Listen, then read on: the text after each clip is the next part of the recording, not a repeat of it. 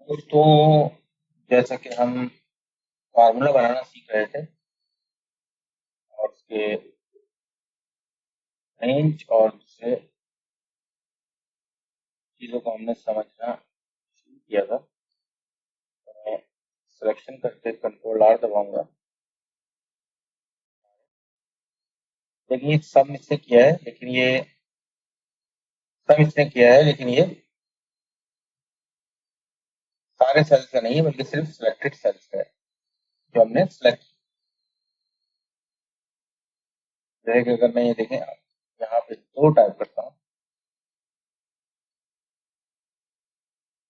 ये इसको चेंज कर दूंगा, ठीक है?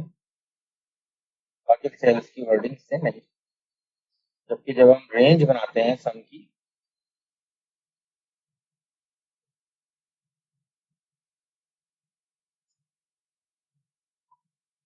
इस तरीके से ये सारे सेल्स की वैल्यू को कैलकुलेट कर।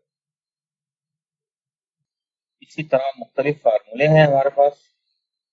जैसे ये सम का फार्मूला है, अगर यहाँ शिफ्ट F3 दबाएंगे तो ये मजीद फंक्शन को ओपन कर देगा, रेंज वगैरह चेंज करनी हो।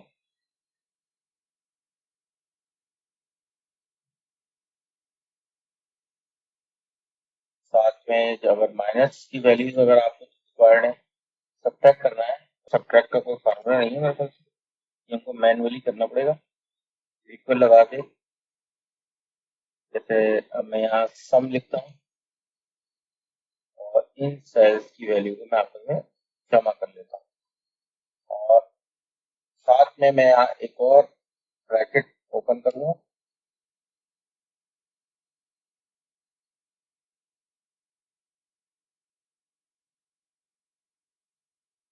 और माइनस लगा के,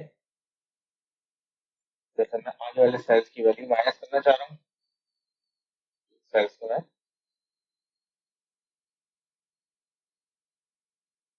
साथ में मुझे यहाँ पे एक ब्रैकेट और लगा करना पड़ेगा, ताकि ये आपस में डिस्टिंग्विश कर सके कि ये अलग वैल्यू का।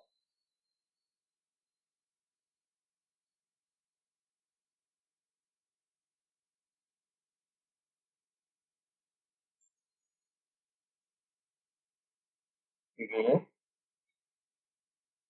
ग्रुप फार्मूला है, तो ये चल रहा है, ब्रैकेट बंद करने पड़ेंगे और हम ओके करेंगे। वैल्यू को सम वाले फार्मूले से सब्ट्रैक्ट कर देगा।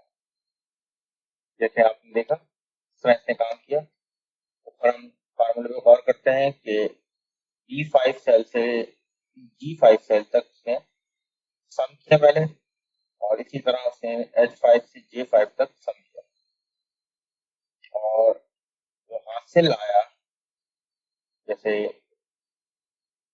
6, और पहले वाले का सम 6 है और दूसरे वाले का -3 हो गया, तो वहां का जवाब आया 3।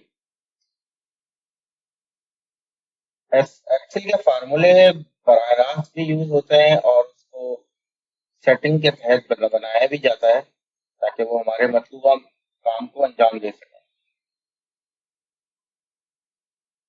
इसी तरह अगर मुझे इसमें से तकसीम करनी है वैल्यूज या डिवाइड, तो इसके लिए हम ये फार्मूला लगाएंगे, इक्वल, और जब ये सेल डिवाइड करेंगे इस वैल्यू से, तो हमारे पास आंसर आ जाएगा 3।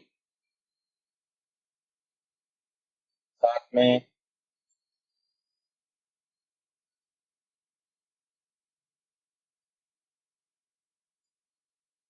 ये हमने डिवाइड का निशान लगा दिया है, ताकि ये पता चल सके ये डिवाइड का वर्क हो रहा है। और यहाँ पे सब्ट्रैक्ट,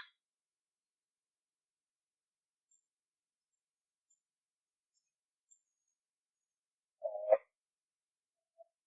साथ में हम मल्टीप्लिकेशन को, सबसे मल्टीप्लिकेशन के लिए हमने स्टेरिक का साइन यूज करना है। इसका मतलब होता है मल्टीप्लाई। अब इसमें भी वही फार्मूला होता है, जैसे हम इक्वल लगाएंगे और सेल, फर्स्ट सेल और स्टैरिक और सेकंड सेल को सिलेक्ट करें। इसका जवाब नाम की सूरत में जाहिर हो। उम्मीद करते हैं आज की वीडियो आपको मजीद एक्सेल के बारे में आपको इन्फॉर्मेशन हासिल हुई।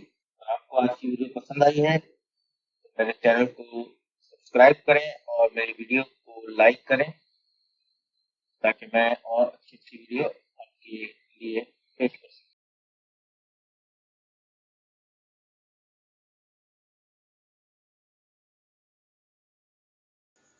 मेरे चैनल पे सब्सक्राइब करें और बेल का बटन दबाएं।